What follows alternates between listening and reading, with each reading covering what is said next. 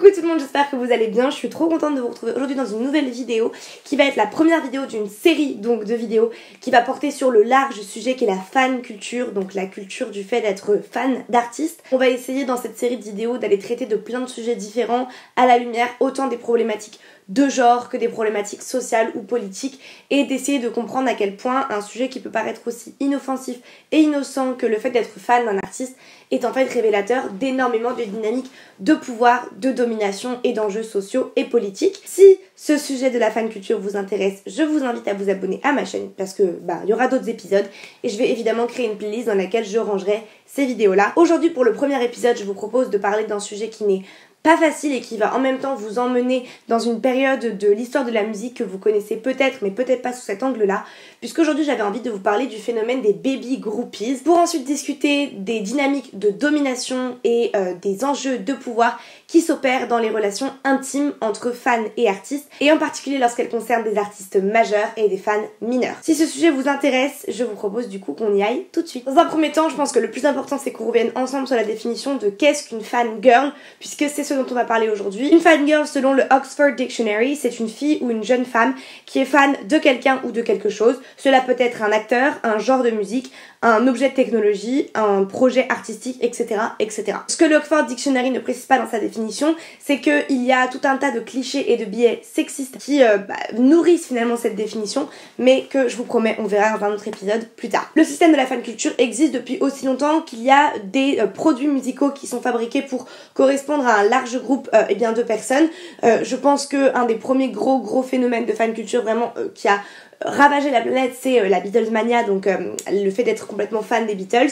Je vous mettrai en barre d'infos une vidéo de Marjorie Lenoir qui pourra peut-être vous éclairer sur quelles sont les bases et les racines de cette culture de la fanatitude. Moi je vous propose du coup qu'on ne reste pas dans les 60s Beatles, mais plutôt qu'on se plonge dans un phénomène so 70s, puisque je vous propose de vous raconter l'histoire du phénomène des baby groupies, un phénomène des années 70. Je vous plante le décor. Vous êtes à Los Angeles dans les années 70, c'est la ville de tous les possibles et de tous les défis culturels et artistiques.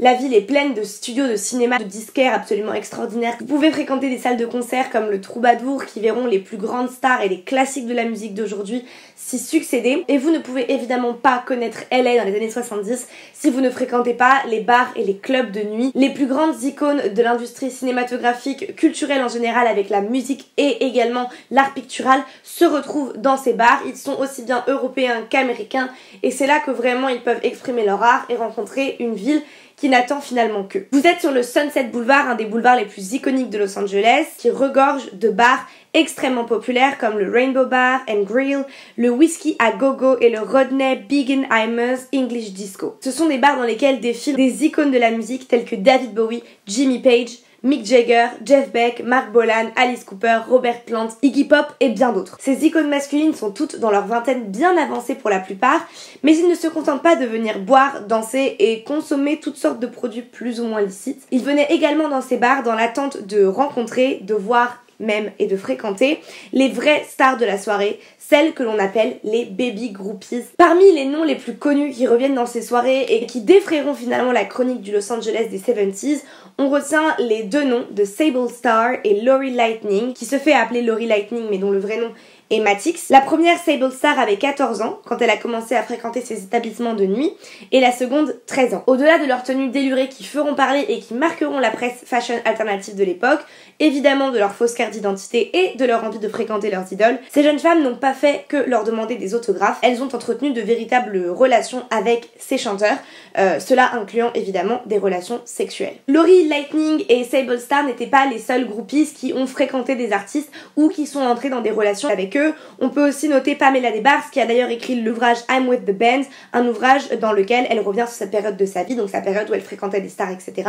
Et également le mannequin Bebe Buell qui faisait également partie de ce groupe. Bebe Buell par exemple, elle a été dans une relation avec Steven Tyler et elle est la mère de Liv Tyler. Mais il faut savoir que ces deux femmes-là, elles étaient pas beaucoup plus âgées, mais en tout cas elles étaient de l'âge à peu près des artistes qu'elles fréquentaient. Donc on verra, ça veut pas dire qu'il y avait aucune dynamique de pouvoir et d'enjeu de domination qui se mettait en place, mais au moins c'était des relations relations entre adultes. Revenons donc maintenant à nos baby groupies. Sable Star, 14 ans, Lori Lightning, 13 ans. En juin 1972, le groupe Led Zeppelin, un groupe de rock anglais extrêmement connu, était à Los Angeles pour leur tournée nord-américaine. Lori Mattix, alors âgée donc de 14 ans, a commencé à sortir avec le guitariste de Led Zeppelin, un homme nommé Jimmy Page, qui avait à l'époque 28 ans. Selon Rolling Stone, le magazine, Page s'est donné beaucoup de mal pour garder la relation secrète, en raison de la possibilité d'être arrêté pour détournement de mineurs. Le manager de Led Zeppelin, Peter Grant, a insisté pour que Mattix reste dans une chambre d'hôtel fermée à clé, avec un agent de sécurité à la porte pendant la tournée américaine du groupe. Mattix n'a pas voyagé avec Led Zeppelin pendant leur tournée.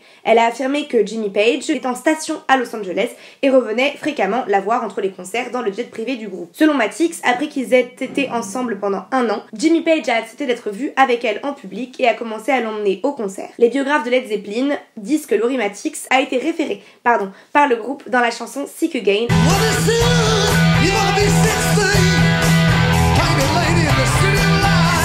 La jeune femme a également raconté avoir eu des relations sexuelles avec David Bowie. Un potentiel plan à 3 avec Sable Star, qui avait donc uniquement un an de plus qu'elle, aurait été ordonné par le chanteur âgé de 27 ans. Et Lori parle également de relations avec le chanteur des Rolling Stones Mick Jagger quand elle avait 17 ans et lui 32. L'autre idole de cette époque, c'était évidemment Sable Star, et qui donc dans une interview de juin 1973 du magazine Star, raconte avoir eu des relations sexuelles avec, je cite, Iggy Pop, Rod Stewart, Alice Cooper, David Bowie et Mark Bolan. Sable Star a tristement perdu sa virginité à l'âge de 12 ans avec le guitariste de Spirit, un mec qui s'appelait Randy California. Pendant un temps, elle a été dans une relation avec Iggy Pop, qui a glorifié leur relation dans sa chanson Look Away de 1996.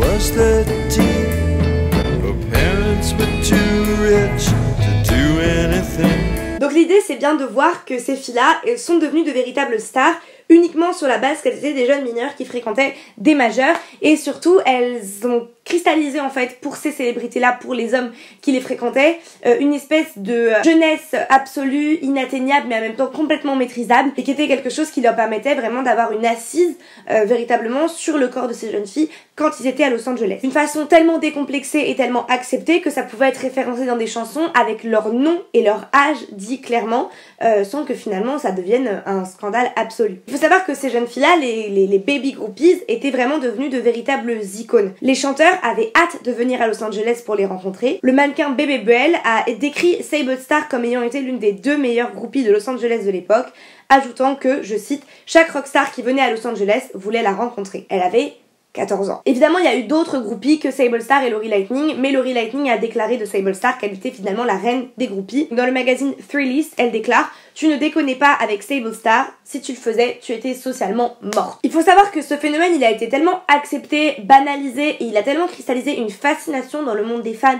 et dans le monde de la musique à l'époque, que ces jeunes filles, donc ces mineurs qui avaient des relations avec des chanteurs majeurs et qui fréquentaient des boîtes de nuit interdites aux mineurs et qui avaient des comportements qui n'étaient littéralement pas de leur âge, parce que c'était des comportements à risque sur tous les plans, ça a été tellement en fait mis à l'honneur et fantasmé que cette réalité, elle a été documentée par une publication, donc un magazine officiel, évidemment controversé et éphémère, qui s'appelait Star, qui était donc une publication qui vraiment a poussé le magazine adolescent et le magazine fan à l'extrême. À l'intérieur, il y avait donc toutes plein de petites histoires habituelles, des conseils de style et des articles comment aborder votre crush, sauf que dans ces cas-là, les histoires racontent les fantasmes romantiques en coulisses avec les artistes, comment s'habiller pour draguer votre célébrité favorite, et même un journal de bord étape par étape spécial chirurgie nasale, puisque Sable Star a fait une rhinoplastie à l'âge de 14 ans, donc voilà pour dire à quel point c'était à Los Angeles dans les 70s, un monde où tout était possible et où il y avait vraiment aucune limite à ce qu'une personne mineure pouvait faire sur son corps, par son corps et dans sa vie. Selon les propres termes du magazine, aucun rêve n'est trop grand, et donc pouvoir envisager une rhinoplastie à 14 ans n'est pas du tout un problème. C'était un magazine qui était très apprécié des adolescents du monde entier. Les parents inquiets n'ont évidemment pas tardé bien sûr à frapper à la porte de l'éditeur pour leur demander d'arrêter après 5 numéros. Si ça vous intéresse et si vous avez envie de feuilleter ces magazines, ils ont tous été scannés et mis dans un PDF grâce à quelqu'un, je sais pas, un fan ou je ne sais quoi de l'époque. Je vous mettrai en barre d'infos évidemment l'accès à tous les PDF pour que vous puissiez voir un peu à quoi ça ressemblait. Je vous ai donc peint la réalité de ce qu'était la vie de ces baby groupies et de ce véritable phénomène, parce qu'il faut vraiment pas minimiser l'importance et le fait que c'était complètement public, c'était pas quelque chose qui se faisait entre 2 portes et qui était caché, C'était un véritable phénomène de mode qui était passionnant et qui passionnait tout le monde, et qui ne choquait personne et qui faisait partie du paysage en fait de ce Los Angeles des 70s. La vibe entre guillemets que ces jeunes filles vivaient incarne pour énormément de gens aujourd'hui encore et incarnait à l'époque en fait le rêve de toute groupie. L'idée de pouvoir arriver à un point où ta fan attitude se transforme en amitié, voire en relation amoureuse avec ta star favorite, avec ton fantasme de toujours, et que tu vis une vie rock and roll pleine de sorties, de boissons, de concerts. En fait, pour énormément de gens, ça incarne le free spirit de l'Amérique des 70s, ça incarne l'idée que tout est possible et que tu pouvais vivre une vie de malade sans finalement te soucier du lendemain. C'est d'ailleurs en fait le regard que ces jeunes femmes ont porté en fait sur cette période de leur vie. Lori Lightning a déclaré: j'ai pu passer du temps avec certains des plus incroyables, des plus beaux, des plus charismatiques hommes du monde. J'ai pu aller à des concerts dans des limousines avec des escortes de police. Est-ce que je vais regretter cela? Absolument pas. Il faut nuancer les choses puisqu'il faut savoir que donc la Lori Lightning en question, Lori Matix, elle a certes déclaré cela, mais elle a surtout pris la parole sur ce qui lui était arrivé en disant qu'aujourd'hui avec le recul elle se rendait compte que c'était mauvais en fait que des hommes majeurs couchent avec des mineurs, mais en tout cas de son point de vue personnel elle a jamais, en tout cas de ce que j'ai lu, évoqué le fait que véritablement elle regrettait que elle ça lui soit arrivé. Cette réalité que je viens de vous décrire des baby groupies, elle est assez symptomatique d'une réalité générale des années 70. Rebecca Haynes, donc qui est une spécialiste de la culture médiatique des enfants, a considéré que c'était vraiment ces histoires-là extrêmement symptomatiques d'un problème de sexisme et de domination en fait au sens large du terme dans l'industrie musicale, en affirmant qu'il s'agit, et je vais vous citer, j'ai traduit la citation, d'un triste constat sur notre culture que la masculinité moderne puisse être si puissante, si toxique que nous sommes sans cesse mis dans la position d'aimer l'art et de haïr l'homme derrière ce dit art pour ce qu'il a fait aux femmes et ou aux enfants. Ce qu'il faut savoir, c'est que le Los Angeles des années 70 n'est pas du tout un élément isolé et c'est pas du tout le seul lieu sur Terre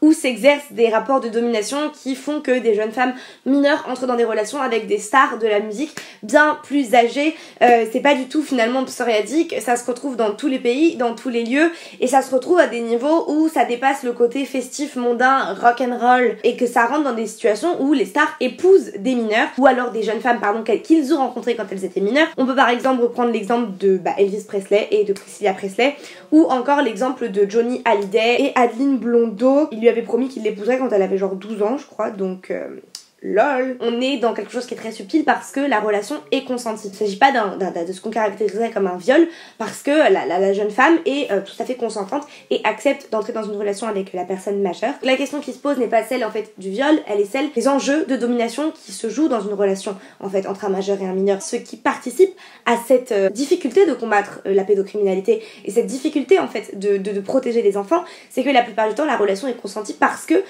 il y a un rêve de l'enfant de satisfaire, de rendre heureux l'adulte en question, parce que l'adulte qui choisit cet enfant le choisit parce qu'il sait que pour l'enfant ou pour la personne mineure, il incarne tout simplement une valeur. Et très particulier dans les enjeux de pédocriminalité, c'est que l'adulte est toujours un adulte qui incarne une figure qu'on admire en fait. Donc ça peut être un entraîneur, un professeur, le parent dans les cas d'inceste, et là en l'occurrence la star dans ces cas-là. Il faut savoir que dans les années 70 vraiment il y a une ultra banalisation, voire une excuse très très forte de la pédophilie et donc de la pédocriminalité. Le 26 janvier 1977, il y a donc une tribune qui est publiée d'abord dans Le Monde puis dans Libération et qui est signée par énormément de figures intellectuelles de l'époque telles que Roland Barthes, Jean-Paul Sartre, Simone de Beauvoir, Francis Ponge, Jack Lang, Louis Aragon. Ces personnalités-là se rejoignent pour signer une tribune dans laquelle ils défendent 3 hommes incarcérés depuis plus de 3 ans pour avoir abusé sexuellement de mineurs de moins de 15 ans. 3 ans de prison pour des caresses et des baisers, cela suffit, écrivaient les signataires. Ce qu'ils disent, c'est que pourquoi est-ce que ces hommes sont condamnés alors qu'il n'y avait pas eu de violence, puisque les jeunes mineurs étaient consentants, dans tout le sens très subtil et très complexe que prend le mot de consentement dans une situation où il y a justement des enjeux de pouvoir qui se jouent. Et est-ce qu'un consentement est valable si tout simplement la personne qui le demande a 2 fois plus d'expérience de la vie et 2 fois plus d'expérience de la sexualité que la personne qui doit le donner. Cela ne s'arrête pas là, puisque le 23 mai 77, dans les pages Opinion du Monde, 80 intellectuels français parmi lesquels Jean-Paul Sartre, Michel Foucault, Roland Barthes, Simone de Beauvoir, Alain Robbe-Grillet et même Françoise Dolto, qui est quand même une analyste des comportements de l'enfant, qui a écrit des guides pour bien éduquer son gosse et tout, signe un autre texte pour demander que la loi décriminalise les rapports sexuels entre les adultes et les enfants de moins de 15 ans. Donc on est vraiment dans une mouvance post-68 arde, dans laquelle en fait on considère que tout être humain doit avoir une liberté absolue, surtout en ce qui concerne les relations de sexe, et du coup, tout être humain, quel que soit son âge, s'il en a envie et s'il est consentant, peut finalement avoir envie d'explorer sa sexualité. Et je vais revenir sur quelque chose que la carologie citait dans sa vidéo que je trouvais très juste. Je ne sais plus le nom de la personne qui a décrit cette réalité, mais je le mettrai là. Qui expliquait qu'en fait la sexualité c'est comme un terrain de jeu. Il faut jouer avec des gens qui sont dans la même équipe que nous, et cela veut dire tout simplement du même âge que nous. On ne peut découvrir la sexualité que dans des équipes de même niveau, c'est-à-dire les adultes avec les adultes, les enfants avec les enfants, les adolescents avec les adolescents. Et que c'est comme ça qu'on peut bien comprendre et bien se développer et ne pas vivre des relations qui sont tout simplement potentiellement traumatisantes en fait. Toujours dans les années 70, le chanteur Claude François se reconnaît, je cite, obsédé par les filles mineures. Les filles de 18-30 ans commencent à réfléchir, elles ne sont plus naturelles, elles se sentent obligées de prendre position, elles ne sont plus cette espèce de rêve que représente pour moi la petite fille. Pas besoin d'expliquer en long et en large en quoi ces propos sont révélateurs d'une toute puissance, je suis désolée que vous ayez à voir mon reflet, que l'homme incarne sur la femme et impose à la femme. En fait ça montre bien que dans ces relations pédophiliques et pédocriminelles, en fait ce qui intéresse l'homme, ce n'est pas le fait d'être dans une relation avec une autre personne, avec un autre humain. C'est l'idée même de jeunesse et de posséder la jeunesse. Et l'idée, c'est aussi une forme de glorification du pouvoir qui t'est donné quand tu entres dans une relation où toi, t'as 30, 40 ans, je sais pas à quel âge il est mort, le Claude François, mais quand t'es une personne adulte et que genre t'entres dans une relation avec quelqu'un qui est de 10, de 20, de 30 ans ton cadet en fait. Mais la carologie elle développe très bien ce point là dans sa vidéo sur la pédocriminalité, donc je vous mets évidemment les liens en barre d'infos. Je termine juste cette petite partie en photo booth en vous disant que ce qui me semble intéressant c'est de relever le fait que l'argument qui revient souvent pour justifier des relations avec un fort différent d'âge ou des relations mineures majeures, c'est que, je cite, l'amour n'a pas d'âge, qui est pour moi une phrase, une réflexion qui en fait est totalement hypocrite parce que quand on écoute tous ces hommes qui ont assumé avoir pratiqué des relations pédophiles et pédocriminelles, à chaque fois ce qui revient, c'est que ce qui leur semblait intéressant dans ces relations, c'était l'âge justement de leur partenaire. Donc en fait, l'amour a un âge dans la mesure où il est la raison pour laquelle une relation a lieu. Ça serait totalement illusoire de penser que ce phénomène des artistes qui profitent de leur notoriété, de leur célébrité et en fait de la fascination qu'ils provoquent pour séduire et entrer dans des relations avec des fans mineurs, c'est pas du tout un phénomène uniquement qui est resté au XXe siècle, pas du tout. Je crois que c'est le chanteur Borns qui il y a quelques années avait tout simplement été dénoncé comme ayant eu des relations avec de nombreuses fans mineures. La question qui se posait c'était que les jeunes filles avaient envie de ces relations-là et que c'était a posteriori qu'elles s'étaient rendues compte en fait d'à quel point c'était pas ok que un mec de peut-être 5, 6, 10 ans de plus qu'elle ait envie d'avoir des relations sexuelles avec elle, même si c'était leur star préférée, même s'il était super beau, même s'il était super stylé et même s'il leur a payé du champagne et une chambre d'hôtel et un resto, que ça ne rendait pas la chose plus normale ou plus genre justifiable. Ça montre l'atrocité en fait du phénomène et à quel point il est vicieux parce que comme la personne est une star, parce qu'elle incarne quelque chose de fantastique pour la fan, il y a l'idée que la fan réalise son rêve en fait, et c'est ça qui est très fucked up. On n'est plus du tout dans une démarche où l'enfant est victime de l'attirance mal placée d'un adulte, mais on est dans un truc de genre c'est goals, c'est un goal, c'est trop stylé. Pour moi c'est vraiment genre les fanfictions. Fanfiction, c'est vraiment des textes qui sont écrits par des jeunes filles mineures, qui s'adressent quand même à des jeunes filles mineures, et dans lesquelles, enfin, je sais pas si vous vous en rappelez, mais c'était genre des délires comme quoi tu étais vendu comme esclave sexuelle au One Direction. C'est l'idée de romantiser au possible l'idée que ta star préférée possède une assise pouvoir sur toi au point qu'il peut te posséder, sans vouloir entrer dans des trucs de psychanalyse à la con en disant mais qu'est-ce que ça révèle de toi, etc. Factuellement, ça veut juste dire qu'on romantise énormément des histoires amoureuses entre majeurs et mineurs que les fans désirent. C'est le témoin quand même à quel point en fait quand il y a fascination, les limites du consentement elles sont très floues. Et ça dépasse là la question de la pédocriminalité et des relations avec des différences d'âge. Même si t'es adulte, si c'est ta star préférée, si c'est l'homme que t'admires le plus sur terre, si c'est l'homme que t'as passé toute ta vie à désirer, à admirer, à soutenir, comment tu peux être sûr à 1000% que ton consentement est éclairé, que c'est pas juste la fascination qui fait son travail. À partir du moment où il y a quelque chose de la fascination qui rentre en jeu, pour moi il y a un déséquilibre dans la relation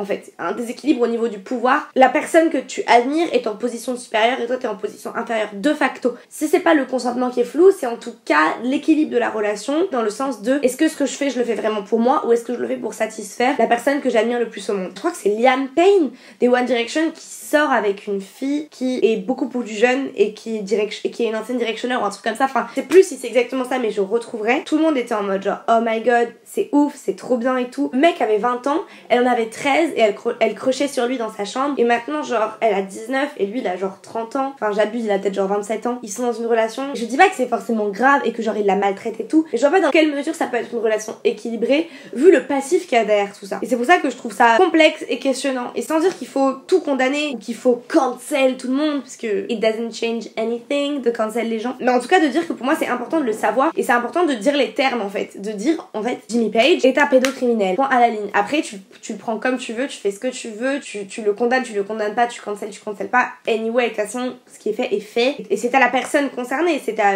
Lori Lightning là de dire ce qu'elle a à dire sur le sujet, de condamner ou de pas condamner, d'écrire dessus, de pas écrire dessus. L'histoire elle ne nous appartient pas et c'est la sienne évidemment. Mais je pense que c'est important de savoir les choses et de dire les termes et de savoir qu'en tout cas les enjeux de domination entre fans et artistes sont une réalité qui est romantisée au possible et qu'il faut prendre conscience. C'est pas parce que c'est votre star préférée que vous lui devez des choses et malheureusement c'est une réalité de pensée qu'on domine qui est systémique chez les hommes de toute façon. Et quand en plus les hommes possèdent une position de pouvoir sur toi et si ce pouvoir en plus est un pouvoir de fascination, alors je pense que c'est très trouble. Voilà tout le monde, c'est la fin de cette première vidéo sur la fan culture qui n'était pas forcément le sujet le plus joyeux mais en même temps à partir du moment où on questionne quand même les problématiques à la lumière de choses pas hyper fun, tout de suite on va gratter et on trouve très rapidement des choses qui sont pas nickel. J'ai utilisé pour cette vidéo plein d'articles et plein de podcasts que je vous mets évidemment en barre d'infos si vous voulez approfondir. N'hésitez pas à me dire évidemment en commentaire ce que vous en avez pensé, à me dire en fait tout simplement vos réactions sur ce sujet, quel est le regard que vous posez sur cette réalité, si vous connaissiez ce phénomène des baby groupies, comment est-ce que vous l'auriez lu dans votre regard évidemment. On se retrouve très vite pour l'épisode 2 de la série sur la fan culture et je pense qu'il portera sur le mépris et le sexisme qui touchent les fangirls et en particulier sur le terme d'hystérique qui ne a jamais quitté les femmes quand il est question de condamner leurs sentiments. J'espère que la vidéo vous a plu, en tout cas moi j'étais très contente de vous retrouver et je vous dis à très vite. Ciao.